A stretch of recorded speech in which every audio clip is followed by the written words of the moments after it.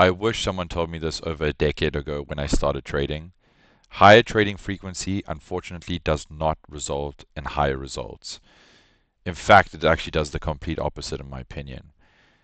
Now, you need to think about it logically. A higher trading frequency, what does that even mean? One, over trading. Two, looking at 1,000 different pairs on a daily basis.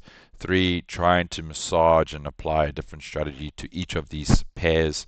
It just unfortunately doesn't work. And I wish someone had told me this, because I found myself trapped in the cycle when I first started getting out in the whole trading space. I try to have 6,000 different tabs open on my browser. I don't know if some of you guys can resonate with this, but trying to flick between every single currency pair there ever was, trying to look for an opportunity that just is not, unfortunately, there, which then just led to me, one, over analyzing and not really having an idea as to what was going on, until I figured out that there is more sort of peace and tranquility and understanding what you need to do and what you need to look for on a daily basis. And that really came down to nailing, one or two pairs, becoming an absolute expert in those pairs, applying the same trading model over and over again on those pairs. And that's how you're going to find the consistency you're looking for. That is how you're going to find the secret sauce, if you want to call it that. You're not going to find it in having 6,000 tabs open on a daily basis and trying to analyze every single currency pair, in my opinion. And on top of that, it doesn't really help if you're trying to apply 3,000 different trading strategies to it, right? So that's something that I've found helped me, and that's something that I try to teach my mentees in my mentorship. I try to teach them that simplicity is where you will find the results you're looking for. Really hone in on understanding what that looks like, understanding that one or two pairs that you really can hone in on, and becoming a master in it. That's how you're going to be around for the longer term, because the more reps you do, the better you're going to get at what you're doing, and the more you're going to understand about what your trading psychology looks like, what your trade management looks like, what your risk management looks like. So if this is something that you think I can help you with, and you believe that you are also struggling with this exact same thing that I went through, have a look in the link to my description. I'm going to drop, probably for the last couple of times now, the link to apply to my mentorship for the end of this year. This is the last month that I'm going to be running this. So if you want to kickstart your 2026 year the right way, this is where you're going to be able to find the simplicity and tranquility that you're looking for. So I'm going to keep that in the back of your mind, and if this is something you're interested in, check the link below after this session. Now, I want to show you this trade setup on Great British Pound USD. It's not a pair that I trade often, but when I do trade it, it does move quite well. It's quite aggressive, and I want to also show you how really nailing down those one or two pairs. So for me personally, I look at mainly Euro Dollar and Great British Pound, as well as USD CAD. Now, depending on the day-to-day basis, I will flick between these two. And for me personally, I do have a bit more preference over Euro Dollar and USD CAD, but some guys also like to trade Great British Pound USD. And I also want to show you how what I teach in the alchemy, which is keep it simple, stupid, if you want to really think about it in simple terms. It's high time frame buys, lower time frame execution. That's exactly what I drill every single day. And I know I've been speaking about this quite a lot in my past couple of sessions with you guys. And I want to show you how you can kind of dive into this yourself. So if you have a look over here, you can see that Pound USD has actually made some nice sort of bullish momentum movement up here from around 1.1 or 1.30 flat. We saw price kind of push above this displacement area over here, right? And then it catapulted into, say, newer fresher highs. We then saw some sort of retracement and continuation, right? Now, if you have a look over here, you can also see there's a nice sort of order block sitting down here, right, which also forms part of my demand area, which we traded into, right? So that's kind of the first thing I'm looking in, especially when trying to execute this pair. I'm really trying to understand exactly what is going on the high time frame before even executing anything. And then taking that sort of frame of mind, really then using where the higher time frame directional bias is going and really using it to steer my lower time frame execution, right?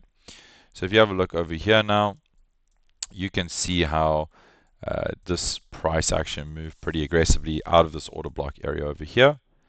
And I want to kind of go back and just show you how you could have also entered the same trade.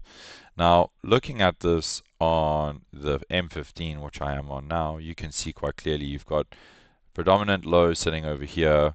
You've got a predominant high sitting above here. So you would anticipate that price is going to move in and around this range. So if you have a look over here, if I had to mark this out on my premium and discount tool, you'll see over here how price came in to this area, right? And then we had this sort of M15 shift and back to the upside. So it's a little bit more of an aggressive play. You're kind of following the daily trend. You're also following the H1 and the H4. And you can also see here how we've just kind of come in and mitigated something on the lower time frame, right? But keeping in mind that this is my higher time frame array, which would have been my H4 order block.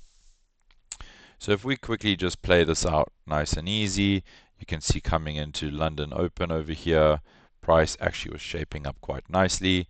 It wasn't really the classic sort of AMD model that I normally show. It was probably a bit more extended, if anything, but you were kind of getting this manipulation. I think this came after just a bit of news events, and from here, pretty much trying to apply the same sort of principles. You're looking for price action to kind of reverse in here and then follow up to the upside, right? Taking out any internal liquidity points whilst doing that, right? So that's pretty much what I was looking for in a nutshell. So this would have been my sort of accumulation over here. This would have been my manipulation over here, right? And then I'm looking for price to distribute back to the upside. So some sort of H4 candle that closes back into new sort of territory around 1.3, 1,800, or whatever it may be, right? So it looks something like that. Now, if you have a look over here, there was a couple of ways you could have gotten into it. So for me personally, this would have been my sort of external M15 high. It's not really marked out by the fractal indicator in this instance.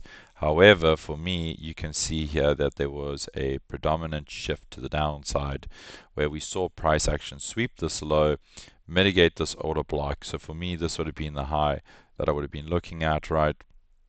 Trying to take price action just below this low over here and trading it back into these highs at around 1.31755.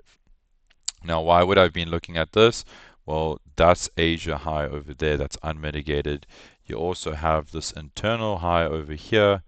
So you can see how price was pretty much wanting to, if anything, target back into this range and then potentially take out this buy side liquidity level sitting just above there, right? And if you also have a look here, looking at the fixed range, you can also kind of see how price action was pretty much had no sort of low volume here, which suggests that price is going to pop through if we do go through that area, right? So we would have then waited around. I think you got tagged just between London and New York lunch session, or yeah, just before New York open session, sorry.